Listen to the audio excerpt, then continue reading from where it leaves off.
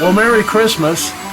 Almost. It's almost here. It's tonight. That's right. Santa Claus is warming up the sleigh and checking the tire pressure and whatever that he does with that sleigh. I'm not sure how you check the roadworthiness on a sleigh. Anyway, tonight Santa Claus is coming, and therefore we're looking at model railroads. Right. Because that's what you do at Christmas time.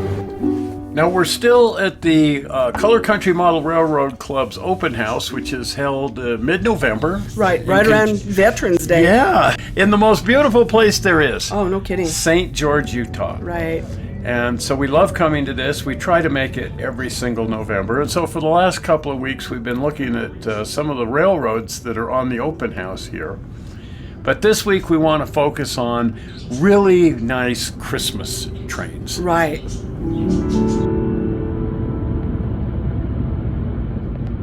Now, our first stop is Hobby Hut Way. Isn't that a neat name for a place? Well, everything down here is planned unit development, PUD.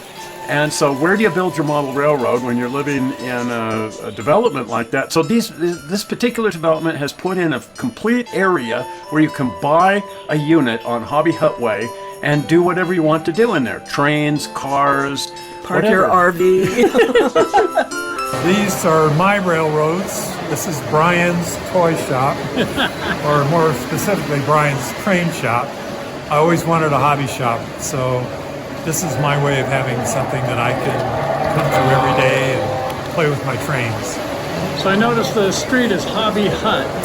Appropriately so. And we see like there was a garage door open down there with a lot of Corvettes and sports cars, and so is that kind of what goes on this street? It is. Just a lot of fun? This is big boys' toys. Well, these are some really neat toys here. Yes, we have 4 gauges going today. We have G scale, N scale, HO, and Lionel, O scale. Pretty much And covered the spectrum there. everything but my American Flyer, and I have American Flyer too, and I'm going to be adding that to this open space behind me. We're going to be putting in an American Flyer layout, so we'll actually have 5 scales. I see you have a workbench over there too. Yes, workbench and ready to go, and cabinets, and we're ready. How long have you been doing G-Scale? G-Scale for about 33 years. We bought it when my daughter was just 3 years old, and my wife got it for me so it could go around the Christmas tree. And of course we expanded into outside. We lived in San Diego and we had a layout behind our swimming pool there outside. We got here, I had a nice place to put it inside, so that's what we're doing. And this is the one I change up. These others are pretty much done. This one I take apart and put together and change the layout. It's my fun one. Sometimes I just come over here and sit and turn all the trains on and watch them go round and round. It's very therapeutic, actually. Probably keeps me sane. Yeah, it's the zen of model railroading. Absolutely. You just turn on the train and there it is. It used to be I like to watch fish in a fish aquarium, but the trains are a lot more fun.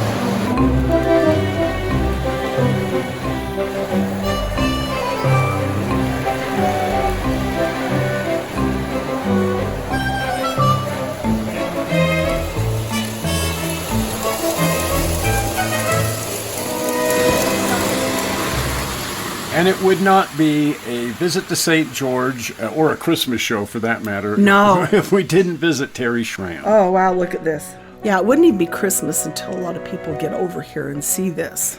It's a start of the holiday season. Oh, even in July. I mean, you can go in here any time and we get you in the Christmas spirit. He opens his collection a few times in the lead up to Christmas. Right. And hundreds of people come in here to see all of these collectibles. The largest part of the collection is Department 56 Snow Village ceramic buildings. He's literally got one of every snow village. Which is amazing. He's also collected Hallmark Christmas ornaments, which are just adorable. I love the train ones. I do too. And I think he's got every single one they've ever made. Right. I didn't even know they made this many, but look at all of the ornaments man, up one there. for every year and then some. 1988, I started on the village. About 1993, I decided I needed a train to run through it, so I bought my first lino train. Then in '96, we built the house here, and when we moved in, I had 3 8-foot shelves for my trains, 24 feet. Now I've got over 2,000 feet of shelving, and at 400, over 400, probably about 430 lino locomotives, and about 2,100 lino cars. 594 Snow Village Department 56 buildings. There's 515 on the display, and I've got about 70 of them I haven't been able to work in yet. Sounds like you're still adding them then. Yeah, don't tell the lady upstairs though. Or the man upstairs, either way. Yeah. It's, So here's the toughest question. okay. Speaking of the man upstairs, if the man upstairs says you can only bring one thing with you when you come, could you pick something? Probably not. You'd have to give me a long time to figure out which one it That would was. be a tough one, wouldn't It it? really would. Yeah. Because it changes all the time. Yeah. You know, the next thing that you're looking to get for your collection, you know, the search is the fun part of it. Once you got it, it's almost like a letdown Yeah. that you added it to it. Sure and sign in. Okay. Thank you. So it's, you know, it's a weird feeling. Yeah. So I guess, But yeah, I have no control. I mean, you Yeah. can't control it. and Jim is getting rid of his railroad. Yeah, that's really sad. And that's been one of these big issues that a lot of people have. Something I think about, something Steve has thought about. My wife thinks about it Your all the wife time. thinks about it. What do you think about that? I'd like to leave the problem to her, but I don't think she'll appreciate it. But, Someday all of this will be yours. Yeah. Yeah, problems But- and all. but she doesn't realize the value of it or what each individual piece is. So I think another maybe 2 years, I'll start tearing it down and getting rid of it. That'd be unfortunate. Yeah, my health is a little bit shaky. It's not bad, but it's getting to where I can't do what I used to do. It's not like an alarm clock. You don't know No. when it's going to go off. No, it's gonna probably kill me to have to start tearing it down. Oh, man, I hate to see it. And the people, they love it so much. It's hard to, Well, it's a fixture. yeah, it really To is. see it go away. A lot of people, it's started their Christmas tradition. Like this lady here. She corrals people off the street to bring them over here, so she has an excuse to come back. That's true. So you're still buying Snow Village, or you're still buying Lionel? Yeah, not to the extent I was. But I still, if I see something, Because I don't see any open shelf space. There isn't. But there's more room underneath.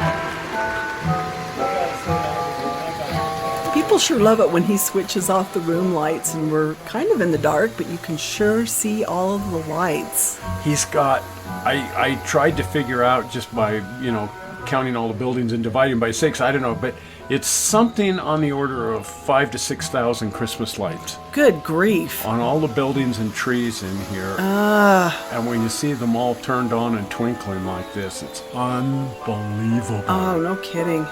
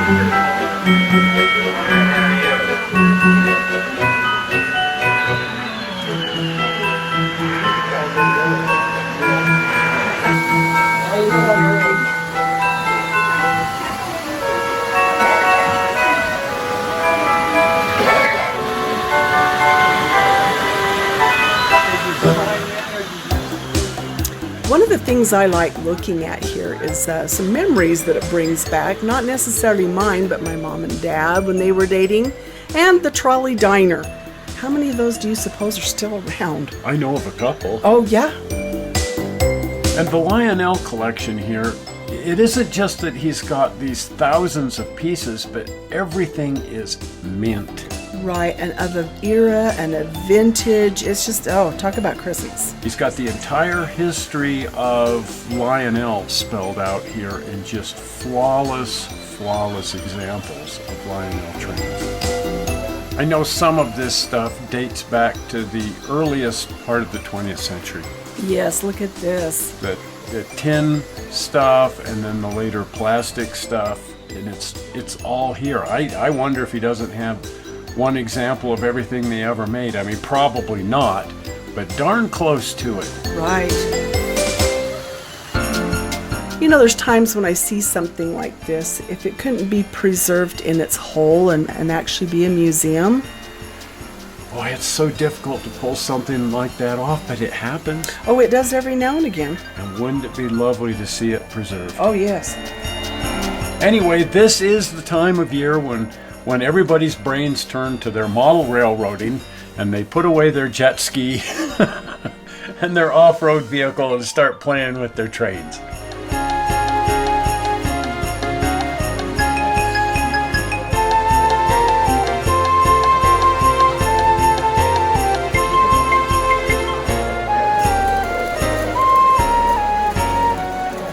Well, we're still going to be covering the Color Country Model Railroad open house for the next few weeks. Right. We have a lot more to see that we filmed while we were down here. Oh, it was like the world's biggest scavenger hunt going from house to house, but we think we got most of it. Well, and the climate down here means that they're running their garden railroads more in the winter than they do in the summer. Oh, yes. And so we've got a lot of garden railroads to look at. So we have a lot of fun stuff to see yet. Oh, absolutely. At the Color Country Model Railroad open house.